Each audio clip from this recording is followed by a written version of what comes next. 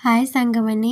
एबे तो शीत दिन चली शीत दिन में बेसी बहुत भेराइटर शाग आसे तो आपण मैंने मेथी शाग खाती कि नहीं मत तो मेथी शाग बहुत भल लगे गाँव में थिला मेथी शाग मुझे खाई नी कहीं गाँव में मेथी शाग कहीं एत भल पाती ना तो आज मु मेथी शाग आनी सिंपल रोसे बनैबी सिंपल भाजी आपण मानक भल लगे आपण मैंने निश्चित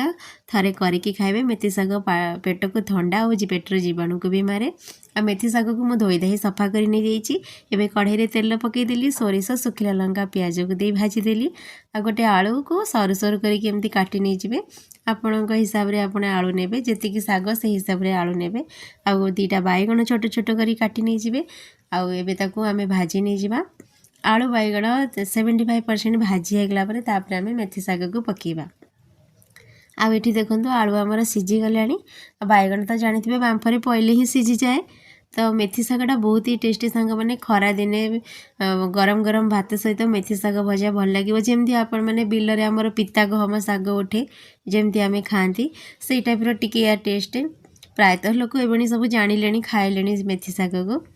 जो मेथी शाग देखो मोर मेथी शाग पकई घोड़े देती बहुत लोग कहते मेथी शाग को घोड़े देले बहुत पिता लगे किंतु हाई फ्लेम रे रखिले बिल्कुल पिता लगे ना तो मेथी शाग मोर भल भाव सीझीगला एवं मु भल भाव गोड़े देली एवं से कढ़ई से शाग को सब बाहरी करदे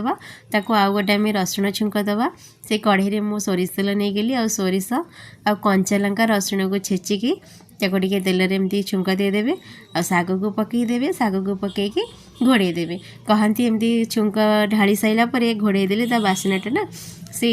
जो तरकारी भजा बनाती ता भितर रही जाए तो मुझे घाटी देली देखो मेथी शाग आलू भजा मोर रेडी होगला गरम पखाड़ सब सहित